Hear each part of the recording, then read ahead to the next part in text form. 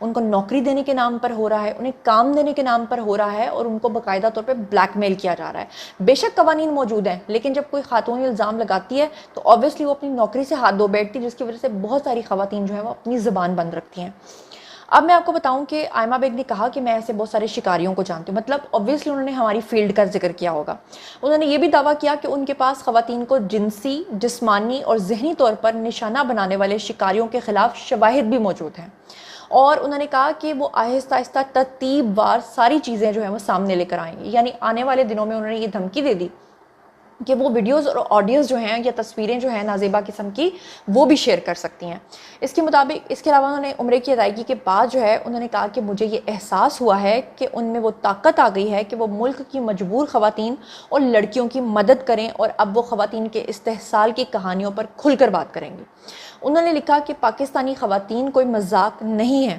اور اب ان کا استحصال جو ہے وہ بالکل عام بن چکا ہے. انہیں جسمانی اور جنسی طور پر ذہنی تشدد کا شکار بنایا جا رہا ہے, اور بہت ساری خواتین جو ہیں وہ بہت ساری مجبوریوں کی وجہ سے خاموش ہیں اور ظلم برداشت کر رہی ہیں. انہوں نے لکھا کہ وہ ایسے متعدد شکاریوں کو جانتی ہیں جنہوں نے بہت ساری لڑکیوں کو نشانہ بنایا ہے, لیکن وہ اس کے متعلق وضاحت جو ہے وہ انہوں نے اس وقت نہیں کی, لیکن انہوں نے کہا کہ وقت آنے کے ساتھ ساتھ میں لوگوں کو بتاؤں گی. انہوں نے لکھا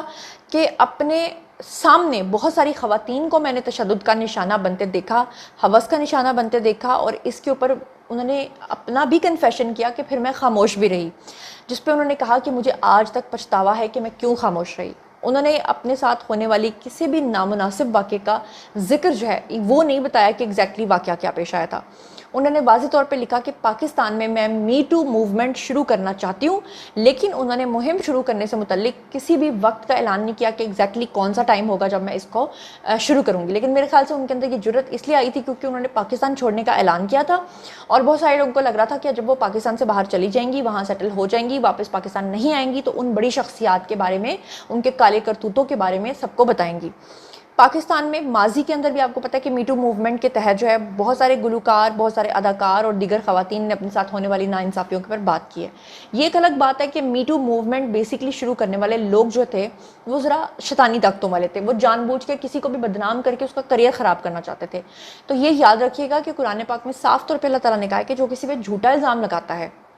وہ چاہے عورت لگائے وہ چاہے مرد لگائے, تو اس کے لیے واضح طور پہ سزائیں موجود ہیں کہ کسی بھی عورت کو عورت ہونے کا فائدہ اٹھا کر اس طرح نہیں کرنا چاہیے کہ کسی مرد پہ جھوٹا الزام لگاتے ہیں. لیکن اگر کسی مرد نے واقعی کسی عورت کا جنسی استحصال کیا ہے, اس کو کام کے بدلے میں اس کے ساتھ یہ سب کچھ کیا ہے, تو آبویسلی پھر اس کے خلاف جو ہے وہ سب کچھ ہونا چاہیے, اس کو سزائیں بھی ہونی چاہیے. آپ کو یاد ہوگا کہ ماضی میں میشا شفیع جو ہیں انہوں نے گلوکار علی ظفر کے اوپر الزام لگایا تھا, لیکن بعد میں پتہ یہ چلا تھا جو بظاہر حالات تھے کہ اس کے اکارڈنگلی میشا شفیع جو ہیں وہ غلط ثابت ہوئی تھی, اور علی ظفر نے ان کے خلاف جو ہے وہ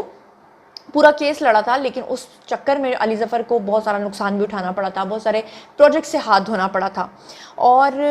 آپ کو میں بتا دوں کہ سب سے پہلے جو میٹو موومنٹ کا آغاز ہوا تھا 2017 میں ہوا تھا, اور امریکہ سے اس کا آغاز ہوا تھا, اور یہ غلط مقاصد کے لیے شروع ہوا تھا, کسی کو ڈی فیم کرنے کے لیے. لیکن میٹو کا لفظ ضرور استعمال کیا آئمہ بیگ نے, لیکن ان کی انٹینشن غلط نہیں تھی. انہوں نے صحیح کہا کہ میرے سامنے جو خواتین کا جنسی استحصال ہوا ہے وہ پچھتاوے کی صورت میں میری زندگی میں شامل ہو گیا ہے, اور میں آنے والے وقتوں میں ان لوگوں کے اور جنسی درندوں کے بارے میں صاف طور پہ سب کو بتاؤں گی. اور بڑی اچھی بات ہوگی, بتانا چاہیے, ضرور بتانا چاہیے. اس معاملے میں تو ہم آئمہ بیگ کو پوری طرح سے سپورٹ کرتے ہیں, لیکن ان کی صحت نے اجازت نہیں دی, ان کی طبیعت خراب ہو گئی, ان کو ہارٹ اٹیک آ گیا. اس سے پہلے بھی آپ لوگ جانتے ہیں کہ ان کی منگنی ہوئی تھی, اور وہ منگنی بھی بہت برے طریقے سے ٹوٹی تھی. اور جب آئمہ بیگ کی منگنی ٹوٹی تھی تو اس وقت بھی وہ بہت ڈسہارٹ ہوئی تھی, کیونکہ لوگوں نے ان کے اوپر کافی الزامات عائد کیے تھے اور ان کو منگنی توڑنے کا ذمہ دار بھی قرار دیا تھا. اس وقت آپ کو یاد ہوگا کہ ایک پوڈ کاسٹ میں انہوں نے شرکت کی تھی, وہاں پر بھی ان سے یہ سوال پوچھا گیا تھا کہ آپ کی منگنی آپ کی وجہ سے ٹوٹی ہے. آپ کے جو منگیتر ہیں انہوں نے اپنی پوسٹ لگائی جس کی وجہ سے وہ بڑے ڈپریس دکھائی دے رہے تھے. تو اس کے بارے میں بات کرتے ہوئے آئمہ بیگ نے کہا تھا کہ ہمارے درمیان پہلے سے ہی بہت سارے مسائل چل رہے تھے, اور جو لوگ نہیں جانتے ہیں, اور میں اس کی تفصیلات میں نہیں جانا چاہتی ہوں کیونکہ اس میں کچھ اور لوگ بھی شامل ہیں, اور میں ان لوگوں کو بے نقاب نہیں کرنا چاہتی. انہوں نے کہا تھا کہ شادی جو ہے وہ دو لوگوں کے درمیان نہیں بلکہ دو خاندانوں کے درمیان ہوتی ہے، اور ہم دونوں کے خاندان بہت ہی اچھے تھے،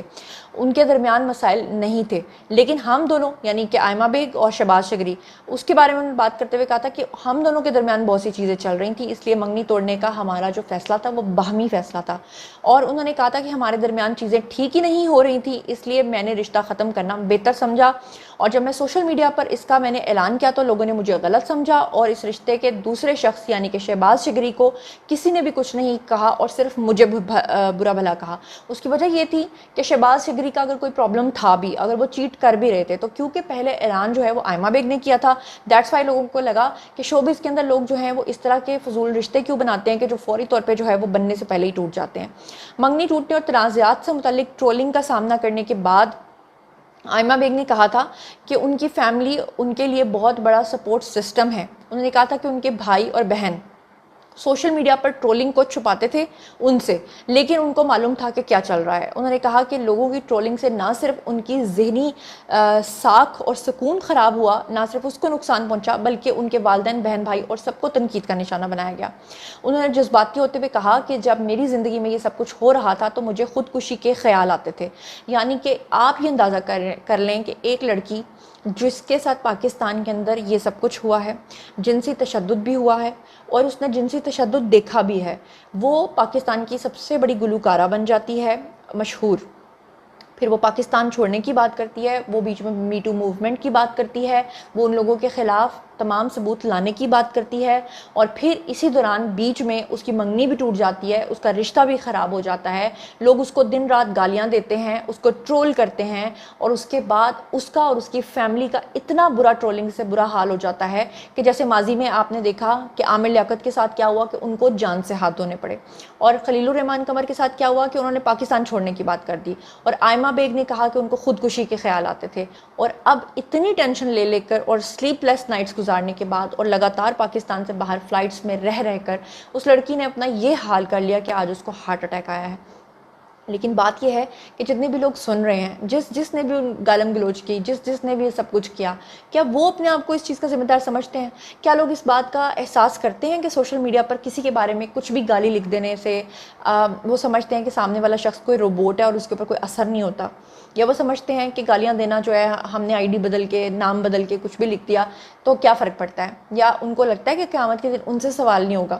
بہرحال آپ لوگوں کی باری ہے، آئی کامنٹ سیکشن میں مجھے بتائیے کہ آئمہ بیگ کے ساتھ یہ جو کچھ بھی ہوا ہے، ان کے اوپر یہ جو کچھ بھی گزرا ہے، کیا واقعی ان کو وہ ثبوت فراہم کرنے چاہیے؟ کیا ان کالی کرتوتوں والے لوگوں کے ثبوت اور ویڈیوز ان کو منظر عام پر لانے چاہیے یا نہیں لانے چاہیے؟ اس کے بارے میں ضرور بتائیے گا،